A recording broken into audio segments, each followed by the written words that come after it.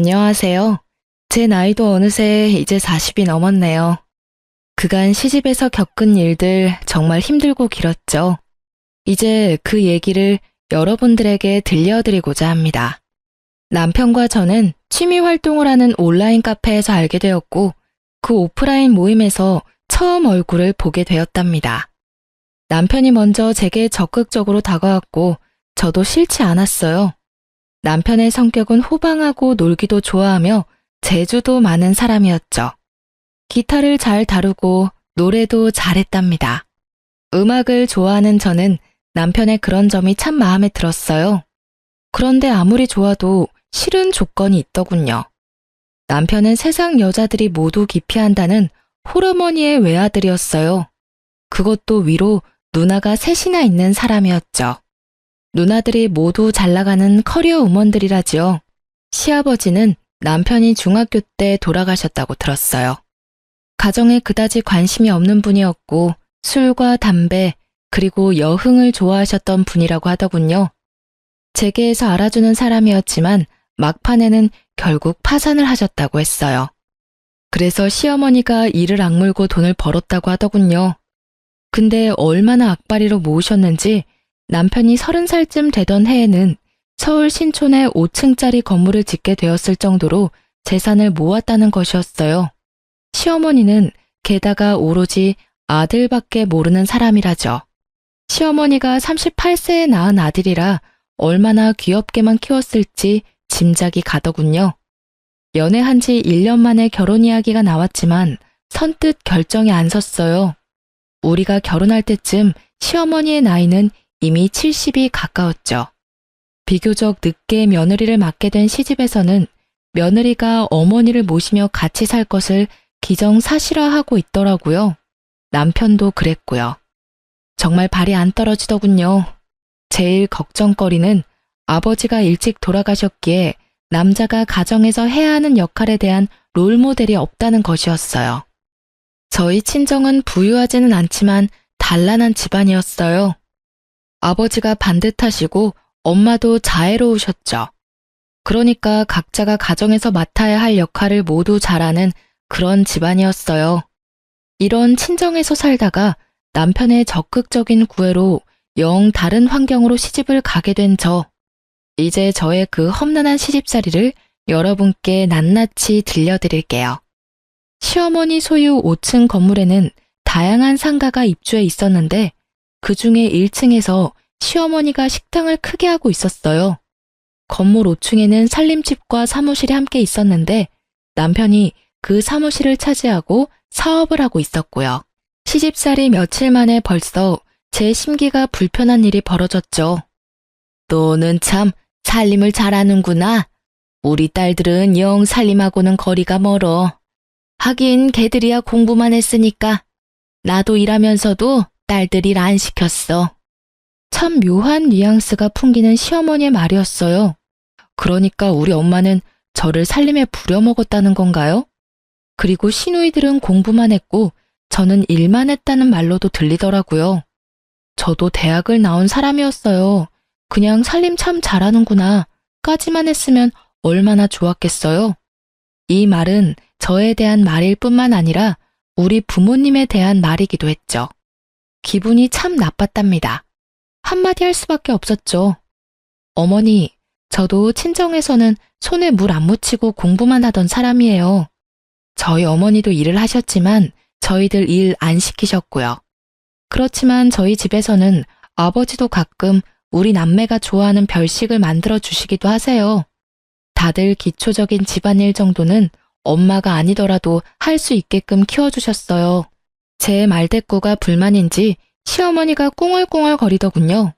시집 온 지 며칠 만에 기분이 제대로 상한 저는 퇴근한 남편을 붙잡고 어머니가 이러저러한 말씀을 하시더라 기분이 좋지 않았다 라고 말을 했죠. 하지만 남편은 그게 무슨 문제인지 모르겠다는 듯 어리둥절하다가 그저 웃고 말더라고요. 그리고 시아버지가 남편이 중학교 때 돌아가셨기에 가장의 역할이 뭔지 알지 못할 거라는 저의 걱정은 그대로 들어맞고 있었어요. 남편은 가정이 어떻게 돌아가고 있는지 관심이 1도 없더라고요. 철저히 공과 사를 구별하는 사람이었고 절대적으로 공을 앞세우는 사람이었죠. 회사 일 밖에는 모든 일이 안중에 없더라고요. 남들은 제가 시어머니가 건물주인 부잣집으로 시집을 갔다고 부러워했죠. 하지만 건물 한 채가 아니라 10채가 있으면 뭘 하나요? 시어머니는 정말 돈을 안 쓰는 구두쇠 중에 구두쇠였답니다. 아주 기초적인 생활비만 주곤 했어요. 제 용돈 같은 것을 따로 기대할 수도 없었죠. 그래서 저는 남들이 부러워하는 부잣집으로 시집가서 돈은 쪼개고 쪼개서 써야만 했답니다. 시어머니가 1층에서 식당을 경영하니 거기서 가끔 끼니를 때울 수도 있으련만 늦게 며느리를 보아 며느리 재미를 단단히 보아야겠다고 생각한 시어머니는 매 끼니를 5층 살림집에 올라와서 먹었죠. 당연히 제가 그 세 끼를 모두 차려내야 했어요. 시어머니의 친정이 가까운 곳에 있기에 가끔 출타를 하시기도 하더군요. 저한테는 그런 날이 그렇게 반가울 수가 없었어요. 한 끼라도 밖에서 해결하고 오니 제가 신경 쓸 일이 줄어들잖아요. 5층 살림집은 옥상에 면에 있어서 아직 초여름인데도 많이 덥더라고요. 그런데 그해 여름 정말 살인적인 더위가 우리나라를 덮쳤죠. 보통 36도, 37도를 오르내렸어요. 가뜩이나 더운 건물, 옥상의 면한 살림집에서 저는 정말 숨도 제대로 쉴 수 없었답니다. 어머니, 에어컨 한 대만 거실에 설치해주세요. 숨이 막혀서 도저히 못 살겠어요. 제가 가만히 앉아만 있는 사람도 아니잖아요. 이 상태에서는 가만히 앉아있는 것도 힘들어요, 어머니. 사실 남편은 자신의 사무실에서 시원한 에어컨 바람을 쐬면서 일을 하고 있었고 시어머니가 운영하는 1층 식당도 에어컨이 빵빵했답니다. 제가 정말 끼니 준비도 못할 정도로 힘들다고 하자 에어컨을 사주기는 하더군요. 그런데 제가 에어컨을 틀고 있을 때마다 10분 정도 지났다 싶으면 굳이 올라가서 끄는 것이었어요. 이러려면 에어컨을 왜 산 건지 알 수가 없더군요. 그런데 미국으로 유학을 갔던 막내 시누이가 방학이 되어서 잠시 한국에 오자 그 에어컨을 빵빵하게 틀더라니까요. 그리고 하루는 근처에 사는 둘째 시누이가 이런 트집을 잡았죠. 자네 우리 엄마 사육하는 거야? 먹을 것만 주면 되는 강아지인 줄 알아? 근처에 사는 둘째 시누이는 자주 집에 들러서 제 살림에 깊숙이 관여하고 있었어요. 어느 날 제가 바깥에 볼 일이 좀 있어서 점심 반찬들을 식탁 위에 차려놓고 천으로 덮어놓은 다음에 외출을 했었죠. 밥만 덜고 국만 데우면 먹을 수 있도록 차려놓은 것이었어요. 둘째 시누이가 그것을 보더니 사육이니 뭐니 하는 따위에 말 같지도 않은 말을 내뱉더라고요. 형님, 어머님 식사하실 때 반드시 중전마마 수라상 지키는 상공처럼 꼭 누가 있어야 되는 건가요? 형님도 형님 시댁에서는 맏며느리라면서요. 그런데 분가에서 사시잖아요. 시집에 가서 일주일만 하루 세끼 꼬박 해드려 보세요. 그러고 나서 말씀하세요.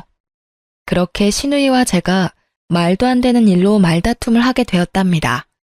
시누이가 손윗사람한테 버르장머리 없이 말대꾸를 했다고 어디서 배운 버릇이냐고 했고 시어머니도 옆에서 거들더군요.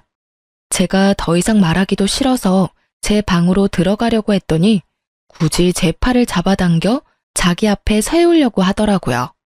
뿌리치는 과정에서 제 손이 시누이의 팔을 살짝 쳐냈거든요. 그런데 그걸 가지고 제가 시누이를 때렸다나요? 아, 정말 10월드라는 게 이런 거였나요? 마음속에서 못 살겠다, 아니 안 살 거야 소리가 하루에도 몇 번씩 들리곤 했어요. 어느 날 살림집 바로 옆 사무실에서 일을 하고 있던 남편이 낮에 잠시 집으로 들어왔더라고요. 남편을 붙잡고 정식으로 말을 했죠. 누나를 드나들지 못하게 막아달라고요. 그리고 오더라도 남의 살림에 이래라 저래라 자꾸 참견을 하면 저는 더 이상 여기서 안 살겠다고 경고했어요. 그런데 도리어 남편은 제게 경고를 하더라고요. 뭐? 누나더러 집에 오지 말라고 하라고? 여기가 누나한테 왜 남의 집이야? 참나, 남의 살림이라고? 그리고 누나한테 들으니 당신이 누나를 때렸다면서? 손이 시누이를 때려? 어디서 배워먹은 버릇이야. 안 살고 싶으면 지금 당장이라도 나가. 살지 말라고. 그 순간 쨍그랑 소리가 들렸답니다. 유리가 바스라지는 소리였죠. 벽에 걸려있는 액자를 남편이 주먹으로 쳐서 깨트린 것이었어요. 집안에 관심이 요만큼도 없는 남편이었지만 자기 식구 욕하는 것은 참을 수가 없었던 모양이더군요. 그렇게 저와 남편 그리고 시누이 사이는 결코 가까워질 수 없는 사이가 되었죠. 거기다가 시어머니는 가까운 시장을 가든 먼 지방을 가든 저를 꼭 수행 비서처럼 데리고 다니길 좋아했어요. 제 일정도 있고 저도 밖에서 다른 약속도 잡을 수 있는 사람인데 결코 그런 배려 없이 바로 30분 전에 이야기하고서는 꼭 같이 가야 한다고 통보하는 것이었죠. 어머니, 저도 만날 사람도 있고 밖에서 봐야 할 일도 있어요. 적어도 이틀 전에는 어딜 가야 된다고 말씀을 좀 주세요. 그래야 저도 일정 조절을 하죠. 뭘 안다고 약속을 만들고 다니니? 우리 딸들이야 밖에서 일을 하고 있으니 그렇다 치자. 너는 집에만 들어앉아 있으면서 밖에서 할 일이 뭐가 있어? 뿐만 아니라 시어머니는 이미 결혼을 한 아들의 속옷까지 여전히 직접 챙기더군요. 아침에 출근을 할 때는 이거 입혀라 저거 입혀라 하면서 남편의 옷을 골라주는 일에까지 여전히 손을 떼지 않고 있었어요. 도무지 경우라는 것이 통하지 않는 곳이 제가 속한 시월드였죠. 도대체 세상에 하나밖에 없는 외며느리한테 이렇게 해서 나중에 무슨 대접을 받으려고 그러나 싶은 생각이 들었어요. 그리고 우리 친정에 대해서는 무시하는 태도로 일관하더군요. 시집간 첫 해, 첫 명절날 친정에 가져다 주라고 선물을 내미는데 남의 명함이 떡하니 붙어있는 보기에도 초라한 싸구려 인삼 상자였어요. 그러니까 남한테 받은 선물을 명함도 안 떼고 있다가 그걸 우리 친정집에 갖다 주라는 것이었죠. 그거 가지고 당신도 나가. 보기 싫으니까 가지고 꺼지라고. 남편에게 그 선물을 집어 던지면서 화풀이를 했어요. 한바탕 싸움이 됐죠. 남편은 도대체 그게 무슨 문제냐며 제게 따지더라고요. 더 이상 남편에게 말을 해봤자 제 입만 아플 것 같아서 그만두고 그 선물을 쓰레기통에 던져버렸죠. 친정에서는 여동생에게 과일 상자를 직접 들려서 보내셨더라고요. 여동생이 저와 한 해 차이로 결혼을 했는데 바로 아이가 들어서서 배가 많이 부른 상태였어요. 하지만 앉으라는 말 한마디, 차 한 잔 대접이 없더군요. 제가 알아서 한 상 거하게 차려 여동생을 대접해 보냈죠. 그리고 다음번 시누이가 왔을 때 차 한 잔도 과일 한 쪽도 내놓지 않았답니다. 알아서 찾아 끓여 먹던 깎아 먹던 신경 쓰지 않았죠. 그리고 시모와 시누는 정말 제가 싫어하는 얌체짓도 했죠. 친정엄마가 저 힘들다고 이것저것 해주신 밑반찬을 시모가 말도 없이 시누이한테 가져가라며 챙겨주더라고요. 정말 때려주고 싶도록 밉더군요. 엄마, 이제부터는 절대로 우리 집에 보낼 반찬 만들지 마. 시누이인지 뭔지가 다 가져다 먹는단 말이야. 엄마가 얼마나 없는 시간 내서 정성 들여 만든 건데 나 아깝고 분해 죽겠어. 친정엄마는 좀 더 많이 만들어 보내주시겠다고 했지만 제가 굳이 하지 말라고 했죠. 이혼이라는 단어가 머릿속에 왔다 갔다 하기 시작했어요. 물론 그렇게 된 데에는 남편의 태도도 한몫했답니다. 도대체 그 회사는 일은 안 하고 회식만 하는지 매일 회식을 핑계 삼아 술이 머리 꼭대기까지 차서 귀가하는 것이었어요. 귀가하는 시간도 밤 12시를 넘기는 것은 기본이고 심지어 술에 취해 건물 계단에서 자다가 관리인이 떠엎고 들어오는 일도 부지기수였답니다.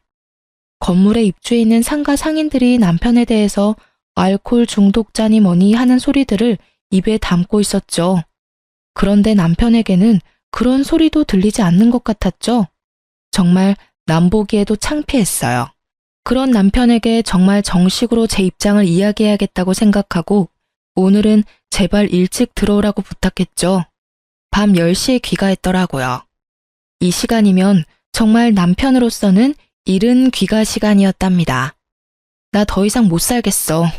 나는 시어머니 모시려고 결혼한 것도 아니고 따로 살고 있는 시누이한테 살림 간섭 받을 이유도 없어. 이러려면 돈 주고 말 잘 듣는 파출부나 가정부를 부르면 될 일이었잖아. 우리 당분간 따로 있자. 나 친정에 가 있을게. 당신은 결혼이라는 것의 의미도 모르고 가정에서 남자가 어때야 하는지도 전혀 모르는 것 같아. 그저 어머니만 떠넘겨 놓고 결혼하기 전하고 전혀 다를 바 없이 사는 게 당신한텐 결혼 생활이야? 돌아가신 아버님 걸으신 길 당신이 똑같이 걷지 마. 그리고 저는 필요한 짐들을 챙겨서 친정으로 가버렸답니다. 친정으로 간 지 열흘이 됐는데도 새끼를 꼬박 부려먹던 시어머니가 굶어 돌아가셨다는 소식은 들리지 않더군요. 그리고 수행비서가 없이도 잘도 돌아다니는 것 같았어요. 친정에서 간 지 12일째 되는 날 남편이 찾아왔더군요.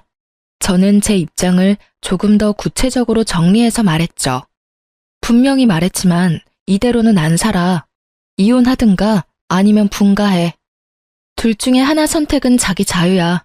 분가하면 당연히 집은 시집에서 해줘야 하는 거고 알아서 판단하고 연락 줘. 며칠 후에 남편이 다시 저를 찾아왔더군요.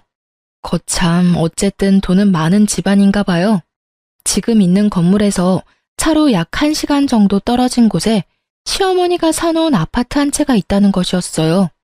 그 아파트를 전세를 주었는데 나갈 때가 되었으니 거기로 살림을 나자는 것이었죠. 웬일인가 싶더라고요. 어쨌든 이사를 했답니다. 저는 이제 간섭받지 않고 제 맘대로 집을 꾸밀 수도 있고 내가 먹고 싶고 남편에게 먹이고 싶은 것도 맘대로 먹일 수 있게 된 것이었어요. 정말이지 날아갈 것 같더군요. 친구들을 불러서 간소하게 집들이도 했죠. 그런데 정말 의외로 시누이가 이사 비용이라면서 봉투를 하나 내밀더군요. 그렇지만 열어보고 정말 화가 나지 않을 수 없었어요. 돈도 잘 번다는 사람이 준 봉투에 달랑 5만 원이 들어있었답니다. 누가 이사 비용 달라고 했나요? 차라리 주질 말던가요. 박박 찢어버리고 싶더라고요. 그리고 어느 날 정말 상식적으로 이해가 가지 않는 일이 또 생겼답니다. 시어머니의 새끼 밥을 다 해서 남편 출근길에 도시락으로 싸서 보내라는 것이었어요. 길을 막고 물어봐. 분가한 며느리가 시어머니 새끼 도시락을 싸서 보내는 게 경우에 맞는지 말이야. 그리고 어머니 연로하셨다곤 하지만 건강하게 일하고 계시잖아. 나 없을 때는 도대체 어떻게 먹고 살았어? 자기가 밥 해먹고 살았을 리도 없고 어머니가 식사 정도는 해결하셨을 거 아니야. 그리고 식당을 하시니 웬만한 건 거기서 해결하실 수도 있잖아. 나는 그렇게는 못하니까 가서 싫다고 전해드려. 시누이들한테 전화가 돌아가면서 오기 시작하더라고요. 도시락 싸서 보내라고요. 그렇게 어머니 끼니까지 걱정이 되면 형님들이 알아서 어머니 모시고 살라 했어요. 그리고 다음부터는 시누이들에게 전화가 오면 그냥 끊어버리고 말았죠. 그쯤에 저한테 이상한 증상이 나타나기 시작했어요.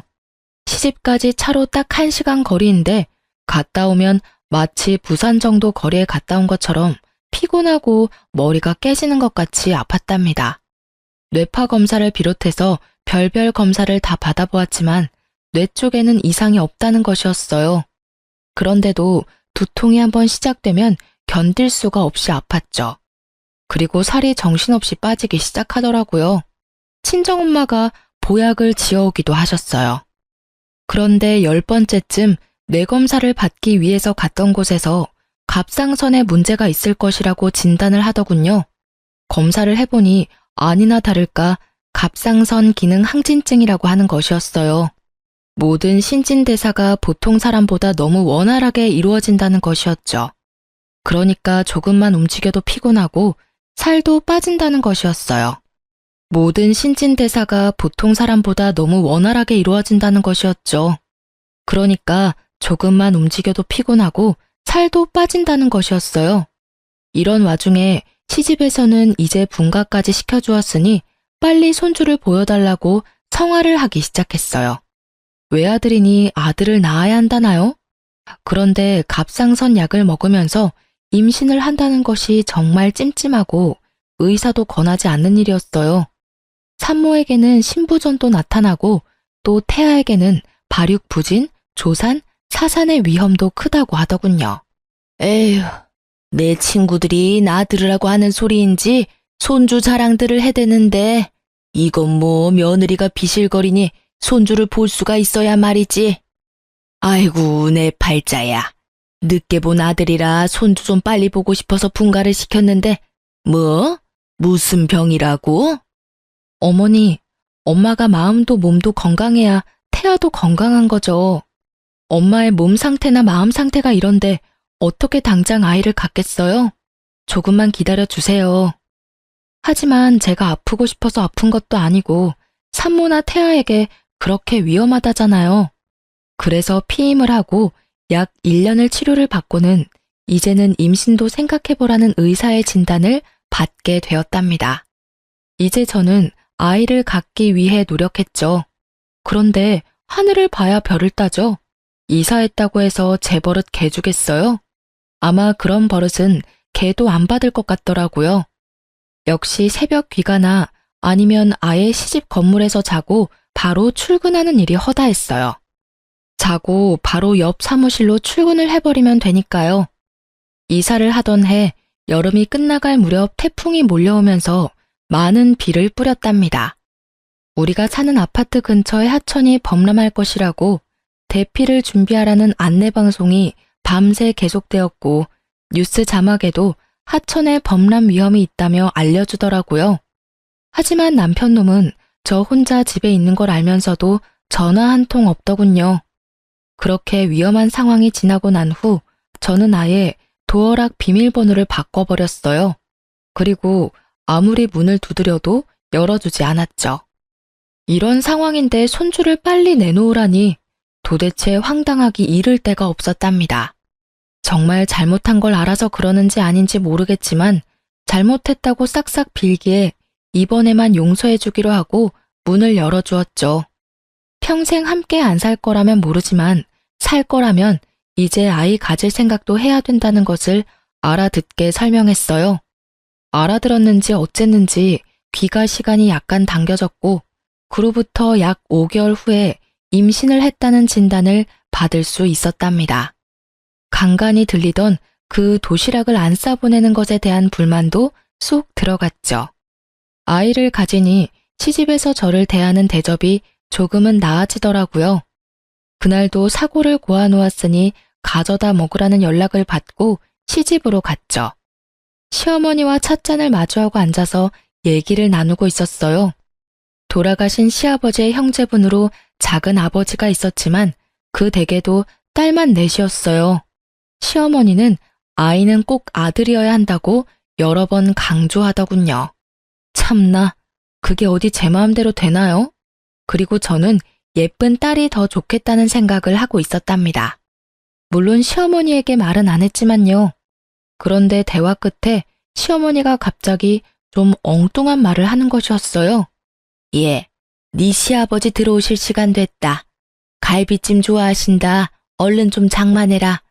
아이고, 시간이 벌써 이렇게 됐구나. 그런 건 좀 미리미리 챙겼어야지. 곧 들어오실 텐데 시간이 없지 않니? 어머니, 무슨 말씀이세요? 아버님 돌아가신 지가 거의 20년이 되어 오는데 무슨 갈비찜을 장만해요. 어머니 갑자기 왜 이러세요? 느낌이 정말 이상했어요. 그런데 시어머니가 그날은 곧 정신을 수습하더라고요. 한숨 놓았지만 다음번에 시집에 갔을 때 들은 얘기는 정말 절망적이었죠.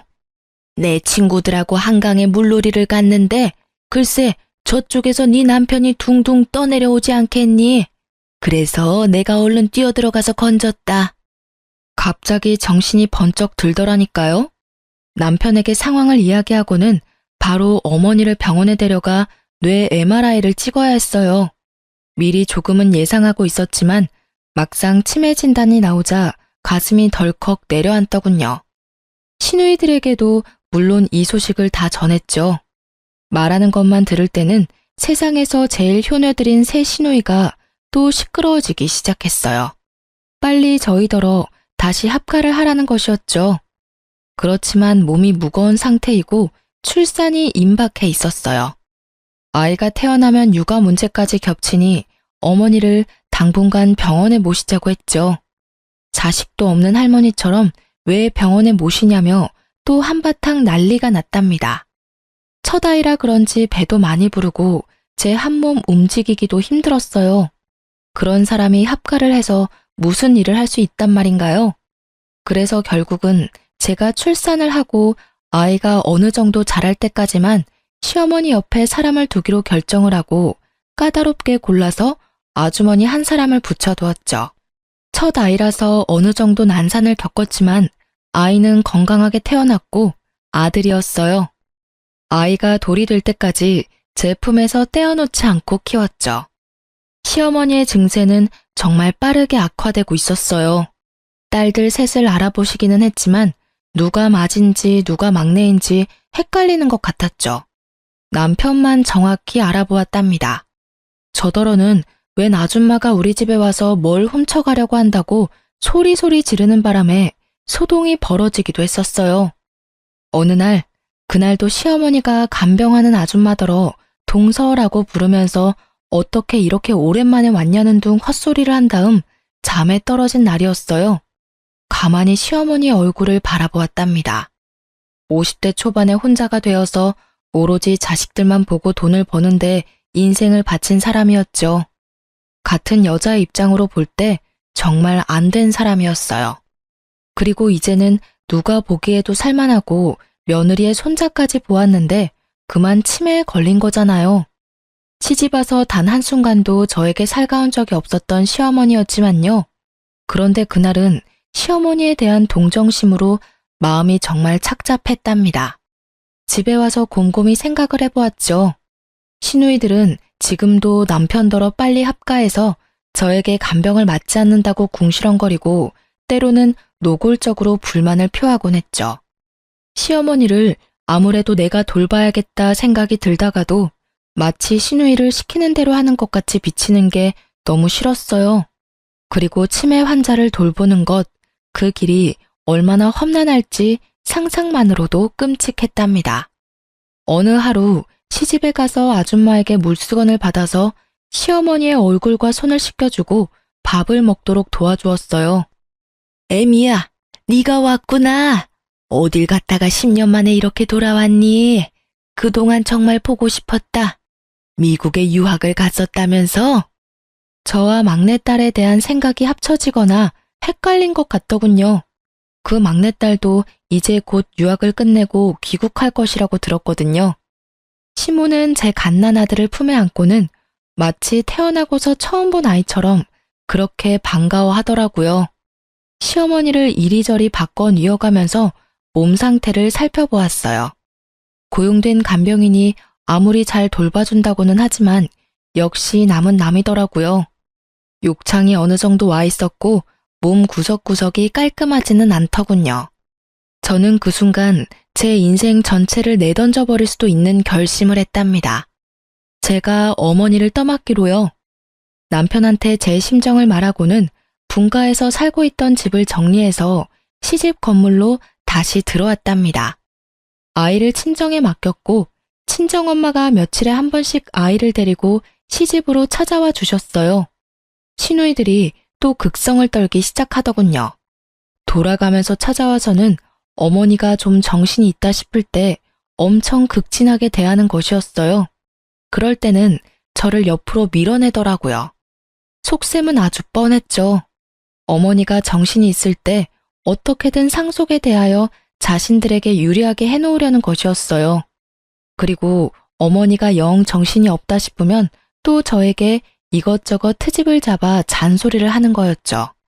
그렇게 마음에 안 들면 형님이 모셔가세요. 나 안 말려요. 지금 모셔가실래요? 큰형님이 먼저 모셔가시겠어요? 저는 실제로 주섬주섬 시어머니의 짐을 쌌어요. 큰 시누이가 와서 하도 이건 이래라 저건 저래라 잔소리를 하기에 한번 해본 짓이었답니다. 큰 시누이가 예상대로 자신은 밖에서 일을 하는 사람이라 간병이 절대 불가능하다며 손사래를 치는 것이었죠. 돈 잘 버니 모셔다가 간병인이라도 붙여놓고 저한테 하듯 감시 감독을 하면 되지 않겠느냐고 했어요. 슬그머니 내빼더군요. 물론 시누이들이 제가 모셔야 한다고 고집을 세우기는 했지만 시누이들의 의견을 따른 것이 아니라 제 스스로 결정한 일이었어요. 그런데 스스로 결정하고 각오를 단단히 했지만 정말 쉬운 일이 아니더라고요. 네가 나 몰래 살던 아파트 다 팔아먹었다면서? 그것도 모자라서 이 집 재산 다 빼돌리려고 도로 들어왔지? 내가 네 속셈 모를 줄 아니? 인연, 어서 도로 나가거라.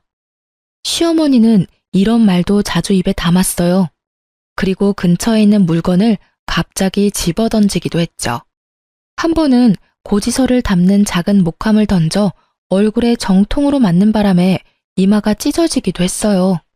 시어머니의 상태는 점점 나빠져서 결국은 자신이 할 수 있는 일이 거의 없는 지경에 이르렀죠. 저는 그야말로 시어머니의 손과 발이 되어야 했어요. 그리고 가장 걱정하던 문제가 터졌죠. 이제 배변도 자신의 의지로 조절하지 못하게 된 것이었죠. 배변 문제를 처리하는 것이 너무나 힘이 들었던 저는 시누이들이 올 때마다 손에 들고 오는 먹을 것은 모두 빼앗아서 치워버렸어요. 형님들이 어머니 화장실 문제 한번 도와드려 봤어요? 먹을 것 가지고 오지 마세요. 새끼만 건강하고 적당하게 드릴 테니까 그리 아시고요. 불만 있으면 지금이라도 모셔가시고요. 그렇게 치매 환자의 손과 발이 되어 살던 중 제 몸에 무리가 갔나 봐요. 어깨와 허리가 무너지듯 아프면서 도저히 평상시처럼 움직이질 못하겠는 거예요. 그래서 할 수 없이 간병인을 불렀죠. 그런데 치매 환자가 남과 식구는 어찌나 잘 구별을 하는지 간병인이 뭘 도와주려고 하면 강력하게 거부하고 가져다 주는 밥도 먹지 않는 것이었죠. 저는 거동을 하기가 어렵고 간병인은 거부하고 할 수 없이 시누이들이 당분간 돌아가면서 어머니를 맡기로 의논이 되었던 모양이더군요. 우리 집에서도 아무것도 안 드셔. 집에 가겠다고 자꾸 떼를 쓰신다고. 둘째네 집으로 한번 보내드려 봐야겠어. 둘째 시누이네 집에서도 막내 시누이네 집에서도 시어머니는 한 달을 넘기지 못했어요. 결국은 집으로 다시 돌아왔죠. 제가 온몸에 파스를 덕지덕지 붙이고 다시 시어머니를 돌보기 시작했어요. 정말 제가 전생에 죄를 많이 지었나 보다 생각이 될 정도로 힘든 나날이 흘러갔어요. 그러던 어느 날 어머니가 바깥 나들이를 하고 싶다고 하더라고요. 치매 환자를 데리고 바깥 나들이를 하는 일, 그것도 쉽지 않은 일이었죠. 어쨌든 옷을 제대로 입혀주고 휠체어에 태워서 밖으로 데리고 나갔어요. 나가보니 저 역시 너무나 오랫동안 실내에 갇혀 살았다는 생각이 들더군요. 어머니, 오늘은 날씨가 참 좋죠? 저도 정말 오랜만에 나오네요. 어머니도 나오니까 좋으시죠? 휠체어에 시어머니를 태우고 멀리 가지는 못했지만 동네 곳곳을 돌아보았답니다. 시어머니는 밖에 나가더니 무슨 생각에서인지 동네에 있는 한 가게로 한사코 가자는 것이었어요.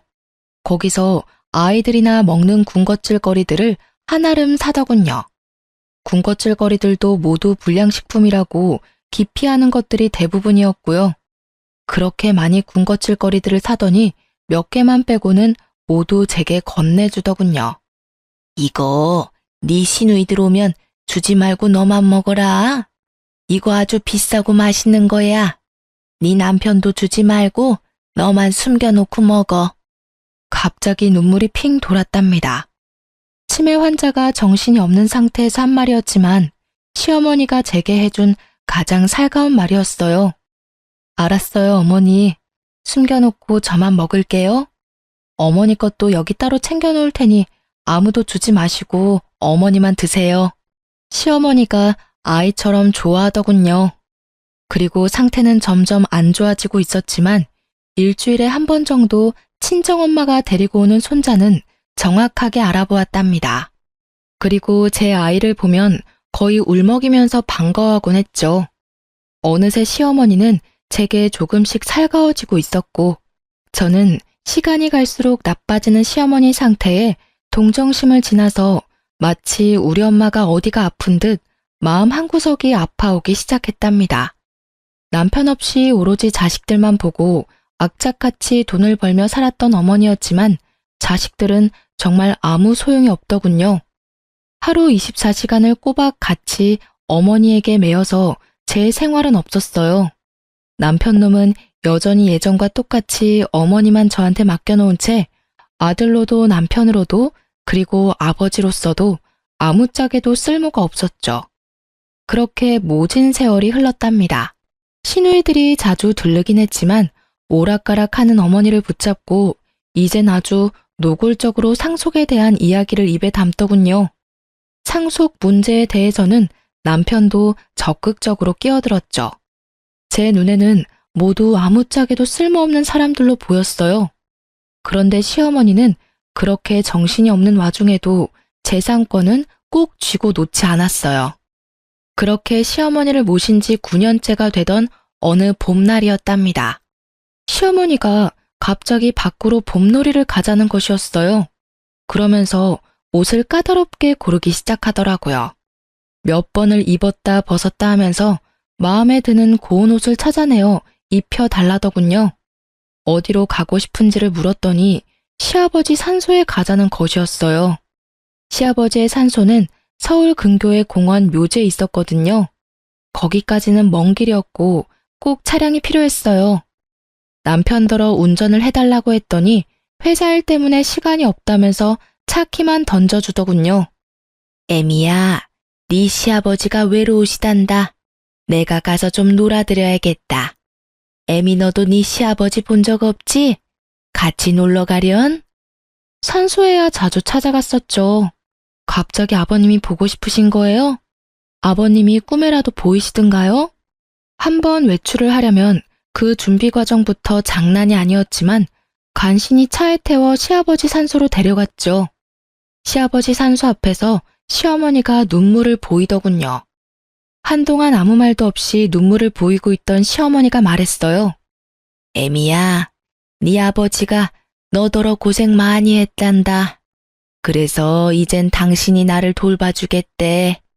그리고 나한테 잘못했다는 말도 하더라. 하긴 이 양반이 나한테 잘못한 것이 많기는 하지. 참 어머니도 돌아가신 양반이 무슨 말씀을 하실 수 있다고 어머니를 돌봐주신다고 하신대요.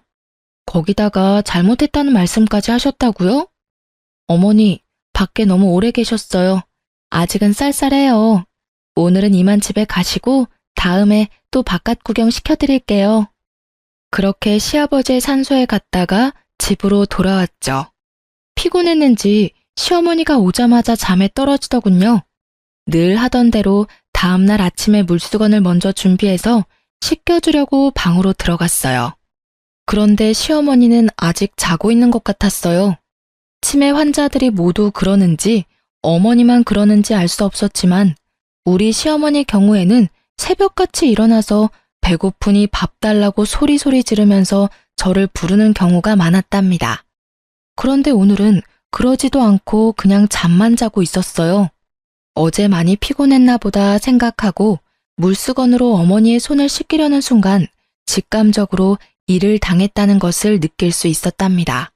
그 전날도 술에 취해 늦게 들어왔던 남편이 아직 자고 있었기에 고래고래 소리를 질러서 남편을 불렀어요. 제 소리가 심상치 않았는지 남편이 얼른 달려오더군요. 곧 119 구급대가 출동했고 어머니가 병원으로 이송되었어요. 병원에서 어머니가 세상을 뜬 지 이미 서너 시간이 지났다는 것을 확인해 주더군요. 제 입에서 저도 모를 통곡 소리가 튀어나왔어요. 내가 어머니 모시기가 너무 힘들어서 빨리 돌아가시라고 마음속으로 빌기도 많이 빌었어요. 죄송해요, 정말. 제가 잘못했어요. 제가 잘못했다고요, 어머니. 시누이들도 곧 병원으로 몰려들었고 사흘간의 작별의식이 끝난 다음 시아버지 산소에 합장시켜 주었답니다. 그렇게 장장 9년에 걸친 치매 환자와의 투쟁이 끝났지만 마음은 허전하기 그지없더군요. 비록 정신이 있을 때나 없을 때나 저한테 모진 말을 퍼붓기도 한 미운 시어머니였지만 빈자리가 왜 이리 큰지요. 며칠을 그렇게 허망한 상태에서 지내던 어느 날 시댁 작은아버지가 웬 신사 하나와 같이 집에 들어서더군요. 애미야, 네 시어머니께서 살아생전에 나를 시켜 이 변호사분한테 재산에 관한 유언의 공증을 맡기셨다. 그걸 집행하러 온 거야. 그 변호사분이 공개하는 어머니의 유언은 정말 의외의 것이었어요. 건물과 우리가 살던 아파트, 그리고 서울에 있던 땅까지 모두 저에게 상속한다는 내용이었죠. 정말 놀랄 수밖에 없었습니다. 유언을 공개하는 자리에 같이 동석했던 시누이들과 남편의 입에서 비명 소리가 터져나오고 집안은 그야말로 세계 2차 대전쯤 되는 전쟁터가 되었죠. 저도 시누이들도 그리고 남편도 모두 놀라고 있었어요. 남편과 시누이들은 당연히 유류분을 걸고 넘어지면서 자신들이 챙길 것을 챙겼지만 그 많은 재산 가운데 절반은 결국 제 것이 되었습니다. 작은 아버님 말에 따르면 그래도 어머니가 정신이 있을 때 연락을 취해서 이렇게 조치해달라고 했고 작은 아버님은 부탁받은 그대로 행했다는 것이었죠. 친정엄마가 몇 년 전에 하신 말씀이 문득 기억나더군요. 그날도 어머니를 챙기는 것이 너무나 힘이 들어서 아이를 데리고 오신 친정엄마에게 하소연을 하면서 울던 중이었어요. 얘야, 선한 끝은 꼭 있는 법이다. 그리고 사람은 누구나 자신의 짐 하나씩은 꼭 짊어지고 가는 거야. 피하려고 하지 말아라. 그래야 선한 끝을 볼 수 있는 거야. 이 말씀이 갑자기 생각나더라고요. 임신을 한 상태에서 시어머니의 병구안을 시작했었죠. 떠나고 나니 왜 그렇게 못해준 것만 생각이 나는지요. 그렇게 이를 갈고 치를 떨면서 보낸 세월이었지만 사람에 대한 그리움이라는 것이 참 묘한 것이더군요. 이제 남편과의 사이에 남은 일이 있었죠. 이혼 절차를 진행하려고 준비를 했답니다. 남편 놈이 죽어도 이혼은 못하겠다고 버티더군요. 아마도 제게 돌아온 어머니의 재산 중 절반에 대해서 관심이 동했겠죠. 어머니 살아생전에 어머니에 대해서 정말 관심이나 있었어? 어머니에 대한 관심은 없고 오로지 재산에만 관심이 있었겠지. 그렇게 똑똑하다는 사람들이 어떻게 사람과 사람과의 관계가 그렇게 단순한 것이 아니라는 걸 몰라? 부모든 남이든 자기한테 유리한 것만 취하려는 것이 인간관계야? 당신하고 당신 누나들은 가족이라는 가까운 사람들 사이에서도 애정이라는 것이 무엇인지를 모르는 사람들이야. 나는 당신이 우리 아이에게조차도 진실한 애정을 가질 수 없는 사람이라고 생각해. 사람들이 쉽게 말하기를 아이를 봐서라도 이혼하지 말라고 하지. 그렇지만 나는 오히려 아이를 위해서 당신과 갈라서려는 거야. 사람에 대해서 진실한 애정을 가져보기를 바래. 결국은 남편이 동의하지 않아 이혼 문제는 소송으로 넘어갔죠. 저는 남편이 그간 어떻게 생활해왔는지에 대해서 건물에 입주해 있는 상인들과 동네 주민들로부터 차근차근 증언을 모았답니다. 그리고 어머니가 치매에 걸려 9년을 누워있는 동안에도 그런 생활 습관을 버리지 못했다는 것을 자세히 설명했어요. 일말의 양심은 있는지 부인하지는 못하더군요. 결국 이혼 소송에서 제가 이겼고 이제야말로 제 인생이 처음 길을 잘못 들었던 그 지점으로 다시 돌아간 것 같았답니다. 이제 제게 남은 것은 아이를 잘 키우는 일이겠죠. 친정에서 키우려고 해요. 가정 안에서 각자 자신의 역할을 해내는 사람들의 진솔한 삶을 보여주고 싶기 때문이었죠. 아이는 지금까지는 잘 자라주고 있답니다. 제 삶의 이유이자 희망이 된 아이. 부디 장차 제 며느리에게는 아이의 아버지의 그 전처를 밟게 할 수 없다는 어찌 보면 소박한 생각으로 키우고 있어요. 그래서 우리 아들에게 시집 오는 며느리는 세상에서 제일 행복한 여자가 되어주길 바랄 뿐이랍니다. 이렇게 제 인생은 또 선한 끝을 향해서 갑니다. 결혼하고 나서부터 지금까지 제 험난한 시집살이에 대해서 말씀드렸어요. 긴 글 읽어주셔서 감사합니다.